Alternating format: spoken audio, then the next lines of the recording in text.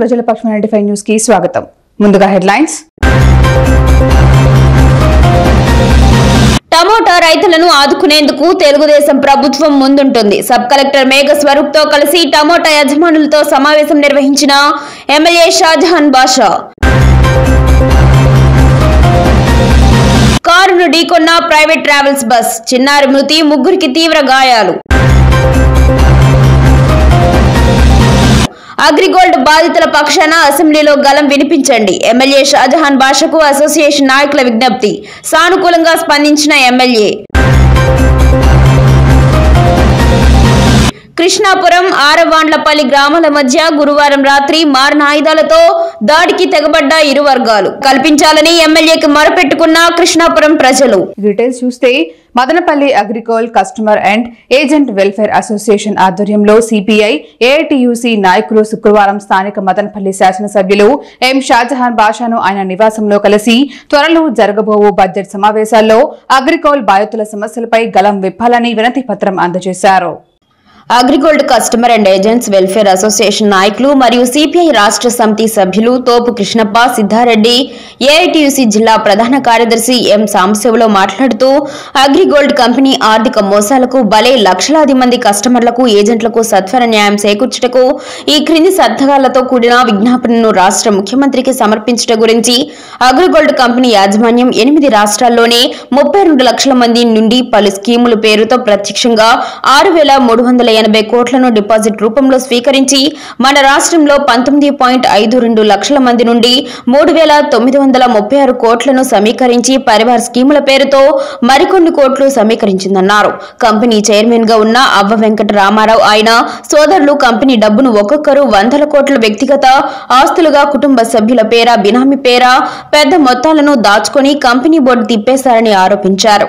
Company ఆర్థిక నేరాలని ముఖ్యమంత్రి చంద్రబాబు నాయుడుకి గత పాలనలో సమయంలో వారి పరిశీలనలోకి వచ్చిన అంశాలని తెలియజేయడం జరుగుతుందన్నారు.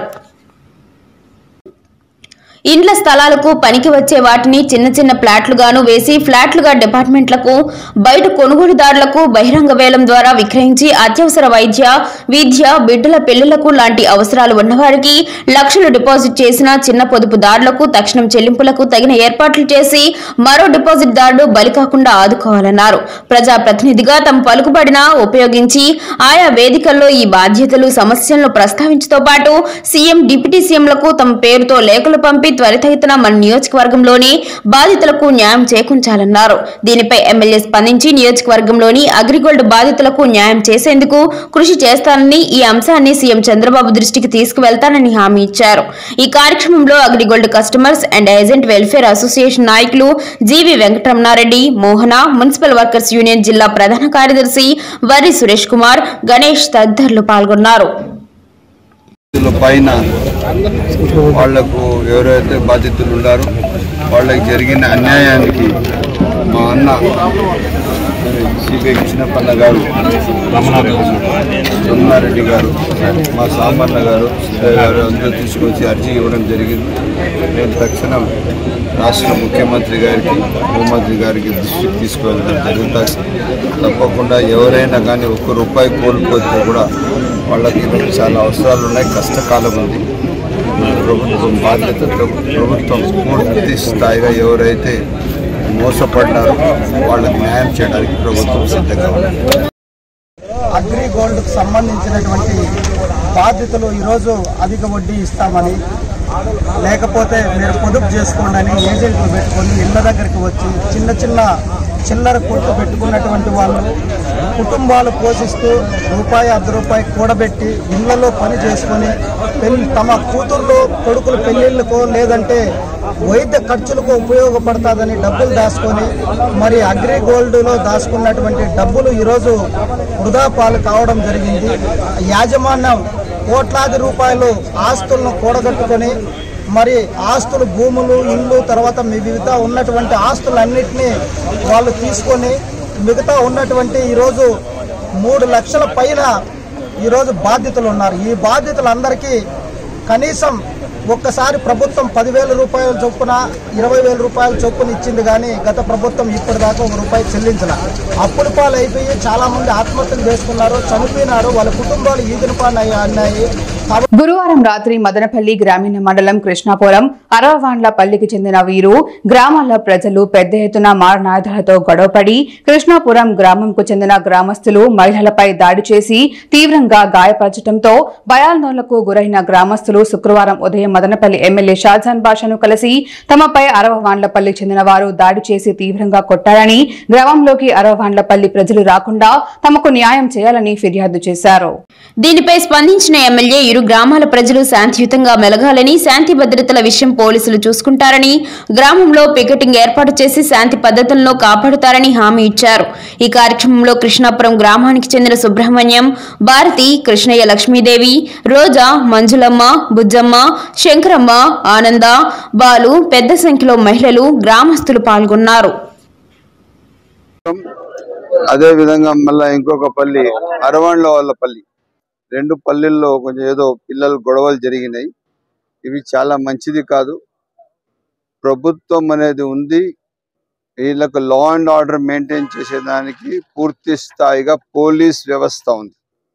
ఎవరైనా వాళ్ళ పరిధి దాటి ఏదైనా ఇష్యూస్ చేస్తే, ఎక్కడైనా కానీ ఈ అరాచకాలు చేస్తే వాళ్ళు ఎవరైనా కానీ ఎంతటి వారైనా వదిలేది లేదు. తప్పకుండా ఇప్పుడు ఎవరు ఏం చేశారో దానిపైన విచారించి నాన్ బెయిలబుల్ కేసు పెట్టి జైలుకి రిమాండ్ పంపించడం జరుగుతుంది. బాధ్యతగా మర్యాదగా మీ ఊర్లలో ఉంటే చాలా మంచిది. ఎవరైనా కానీ ఎక్కడ కూడా ఏమైనా ఇష్యూస్ జరిగితే తక్షణం పోలీస్ దీన్ని తీసుకురండి. ఒకవేళ ఆడ పోలీస్ దగ్గర మీకు న్యాయం జరగకపోతే మీరు నాకు మాట్లాడండి. తప్పకుండా నేను మీతో ఉన్నాను. కాన్స్టిట్యున్సీ ప్రజలకు న్యాయం చేపించే బాధ్యత నాది. ఎట్టి పరిస్థితుల్లో ఎవరైనా కానీ వాళ్ళు ఎంతటి వారైనా కానీ న్యాయమే. అన్యాయం జరిగింటే వాళ్ళకి తప్పకుండా నేను ఉన్న వ్యవస్థ పైన చెప్పి ఆ వ్యవస్థ నుంచి వాళ్ళకి న్యాయం చేపించే బాధ్యత నాది. దయచేసి ఈ అరాచకాలు, ఈ కొడివిళ్ళు ఇవన్నీ పెట్టుకొని ఇది సాంప్రదాయం ఇది మంచిది కాదు. ఇటువంటి సాంప్రదాయానికి ఎక్కడ కూడా మా దగ్గర మేము కొడివిండ్లు గొడ్డిండ్లు ఎత్తుకొచ్చి ఊరి పైన పడాల్సిన అవసరం వాళ్ళకు ఉండకూడదు. మేము ఎక్కడో ఒకక్కడ కూలుకో నాలుకో ఏటకో పోతా అంటాం, వస్తా అంటాము. మేము అన్ని దాంట్లోనే ఏడవుతా పోతా అంటాం. వాళ్ళు మేము కలిసి పనిచేసే చోట కూడా ఉంటుంది. అట్లాంటప్పుడు కూడా వాళ్ళ మా పైన గలాటాలకి రాకూడదు అన్నారు. మళ్ళా ఫోన్ చేసి వాళ్ళకి మన వాళ్ళు కొట్టేస్తున్నారు రాండి అని చెప్పినారు. మళ్ళీ మా పిల్లలు ఊరు పోతే వాళ్ళు 10 మంది వచ్చి కొట్టేసి తరుముకుంటూ వచ్చి మా ఊరి పైన పడి ఊరంతా కొట్టినారు సార్. కొడివిండ్లు గొడ్డిండ్లు అన్ని ఎత్తుకున్నారు, చాకులు అన్ని. ఈ అమ్మాయిని జుట్టు పెట్టాం కదా, అమ్మాయిని మతి సుత్తలే రోడ్డు మీద కొట్టినారు, నీళ్లు పట్టి తాపినారు సార్. ఊరు కాళ్ళు పట్టుకున్నాను వెళ్ళరు, పెద్దవాళ్ళు చిన్నవాళ్ళు పట్టుకున్నాను వెళ్ళరు. తిడుకొని సార్ ఎవరన్నా నరికి గోలే వేస్తామంటారు. ఆడకొడిండ్లు, చాకులు, కమ్ములు, గడార్లు అన్ని ఎత్తుకొచ్చినారు సార్. సార్ కొట్టేసిన మా ఊర్లో 30 మంది వచ్చాయి సార్. కొడివిండ్లు, కడిపార్లు, చాకులు, బాకులు ఎత్తుకొని వచ్చాను సార్. కాళ్ళు పట్టుకున్నాడు ఒప్పుకోలేదు సార్. పక్కకు దుబ్బులు కూడా కాలేదు సార్. నన్ను కూడా కొట్టాను, నా కొడుకును కూడా కొట్టేసినారు సార్. కొట్టిన వాళ్ళని ట్రైన్లో పెట్టినారు, పడుకుని ఉండే వాళ్ళని బయట పంపించారు, జైల్లో పెట్టినారు. పడుకుని ఉండే వాళ్ళు జైల్లో పెట్టినారు, కొట్టిన వాళ్ళు బయట పంపించారు. ఇట్లా సార్ చేశారు. సందీప్, దిలీప్, వాళ్ళు కొడివిండ్లు గడ్డలు ఎత్తుకొని వచ్చి మా ఊరి పైన దాడి చేసి కొట్టినారు. సురేష్ ని, ఆడవాళ్ళని అందరినీ కొట్టారు. కృష్ణాపురం సార్, సుబ్రహ్మణ్యం కృష్ణాపురం. ఇది వారం 10 రోజులప్పటి నుంచి గలాట ఉందండి. ఈ గలాట అంటే పిల్లోళ్ళు గొడవ చేసుకునేసి పెట్రోల్ బంక్ నుంచి పెట్రోల్ పట్టుకున్నారు. ఒక తర్వాత పట్టుకోండి అని చెప్పి చెప్పింది. దానికి నివేదన పట్టి లాగి కొట్టినారు. పకడ్బందీగా కత్తులు, కటార్లు, గొడ్డళ్ళు, కట్టెలు. మహేష్ అనేవాళ్ళు వాళ్ళ ప్రవర్తన కోసం భయపడిపోయి ఊరంతా నిద్రపోయారు రాత్రి. తర్వాత సార్ మనము వాళ్ళు చేసిన పదం వద్దమ్మా ఎమ్మెల్యే సార్ దగ్గర పదానికి వచ్చి టమోటో రైతులను ఆదుకోవడంలో తెలుగుదేశం ప్రభుత్వం ముందు ఉంటుంది.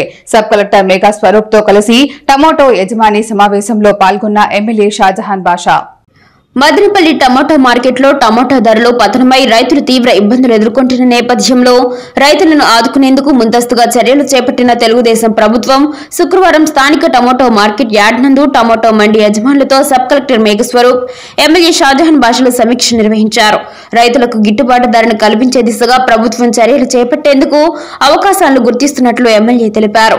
ఈ సందర్భంగా ఎమ్మెల్యే మీడియాతో మాట్లాడుతూ రాయితీతో ఆదుకునేందుకు తెలుగుదేశం ప్రభుత్వం ఎప్పుడూ ముందుంటుందని, మిర్చి రైతులను ఆదుకునేందుకు కేంద్ర ప్రభుత్వంతో ముఖ్యమంత్రి చంద్రబాబు నాయుడు చర్చలు జరుపుతున్నారని, మదనపల్లి మార్కెట్లో 8 రూపాయలకు కిలో టమోటా అమ్ముడుపోతున్న నేపథ్యంలో ధరలు మరీ పతనం కాకుండా రైతులకు గిట్టుబాటు ధర లభించే విధంగా చర్యలు చేపట్టేందుకు నేడు వ్యాపారస్తులతో సమావేశం నిర్వహించడం జరిగిందని తెలిపారు.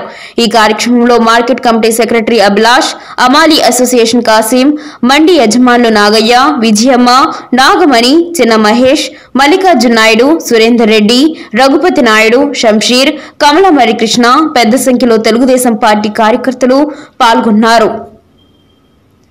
ఇది ఒకటే సార్ చెప్తున్నారు, ఫార్మర్ యొక్క వెల్ఫేర్ మొత్తం చెప్తున్నారు. మనకు కావాల్సింది quality of the tomato, consumable tomato మనం కొనాలా. కన్జ్యూమబుల్ టమాటో తీసుకోకపోతే కూడా మనం వేస్ట్ అయిపోతుంది. మీకు ప్రోగ్రామ్ ఏమి రైతుకి కాపాడాలి, అర్థమైందా?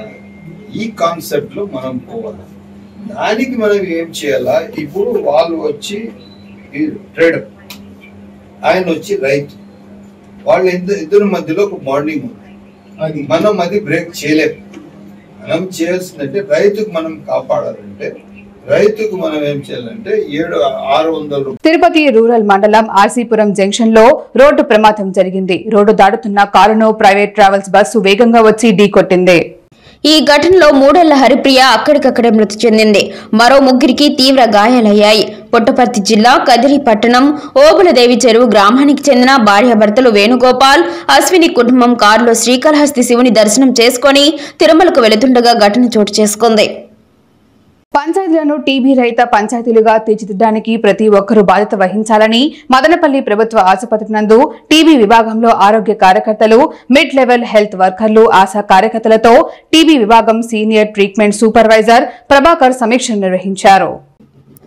ఈ సందర్భంగా ప్రభాకర్ మాట్లాడుతూ 2024వ సంవత్సరంకు సంబంధించి సెంట్రల్ గవర్నమెంట్ ఆదేశాల మేరకు 6 ఇండికేటర్స్ల ప్రకారం మదనపల్లి టీబీ యూనిట్ పరిధిలో 5 పంచాయతీలను టీబీ ముక్త పంచాయతీలుగా గుర్తించి ఈ 5 పంచాయతీలలో త్వరలో జిల్లా టీం ఫీల్డ్ లెవెల్లో టీబీ కొరకు అందున సేవలను పరిశీలించి ప్రభుత్వంకు నివేదిక సమర్పించడం జరుగుతుందని తెలిపారు.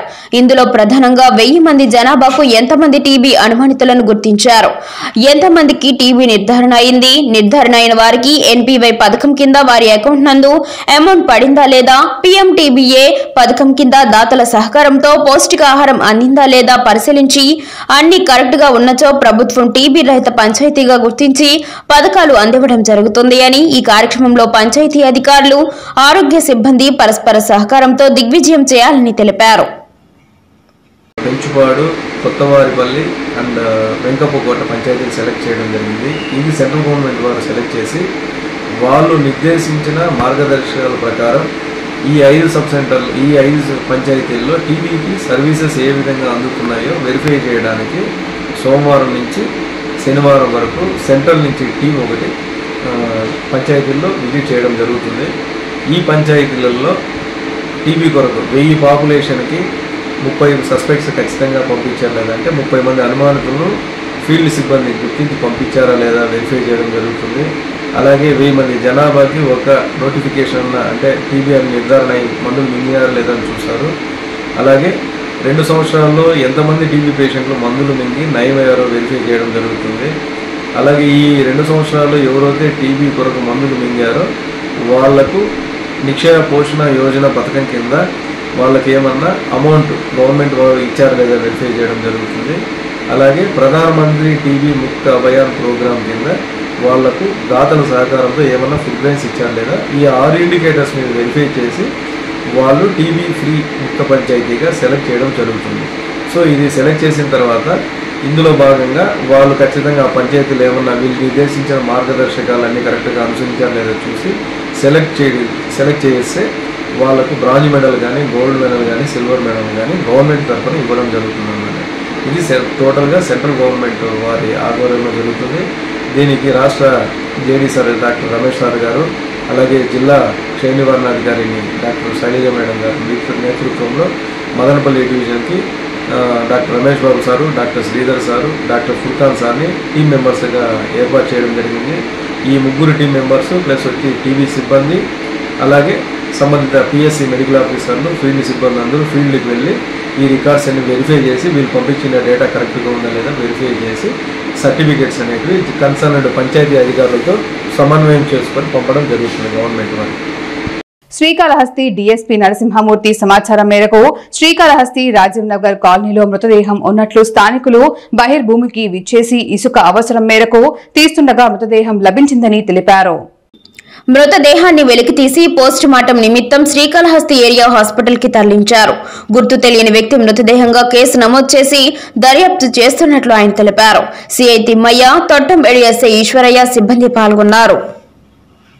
పూర్తిగా కంప్లీట్ కానీ ఈ కాలనీలో ఉదయం కొంతమంది ఇట్లా నేచర్ ఆఫ్ కాల్స్కి వచ్చినప్పుడు కొంత ఇసుక కావాలని ఆ ఇసుక కోసం ఒక మహిళ వెళ్ళినప్పుడు ఇసుక తీసుకునే సందర్భంలో అనుమానంగా ఒక ఇసుకలో ఆ సమాచారం మీద మేము రెవెన్యూ వాళ్ళ సహకారంతో ఇక్కడికి వచ్చి దాని మీద విచారణ చేస్తున్నాము.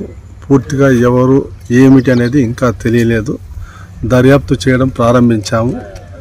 దర్యాప్తులో వచ్చిన విషయాలను మళ్ళీ మీకు తెలియజేస్తాం. ఇప్పుడు దాకా ఆడనా మగనా అనేది కూడా తెలియదు, ఎవరైంది కూడా తెలియదు. ఇసుక కింద ఉన్నట్టుగా చెప్తున్నారు. అది ప్రొసీజర్ ప్రకారం చేయాల్సి ఉంటుంది. ఆ ప్రొసీజర్ ఫాలో అయిన తర్వాత పూర్తి వివరాలు మళ్ళీ మీకు తెలియజేయడం జరుగుతుంది. విలేకరి ముసుగులో భూ అక్రమాలకు పాల్పడుతున్న వారిపై కఠిన చర్యలు తీసుకోవాలి. మంత్రి నారా లోకేష్ ఉప ముఖ్యమంత్రి పవన్ కళ్యాణ్ కు ఫిర్యాదు చేసిన బాధిత కుటుంబం.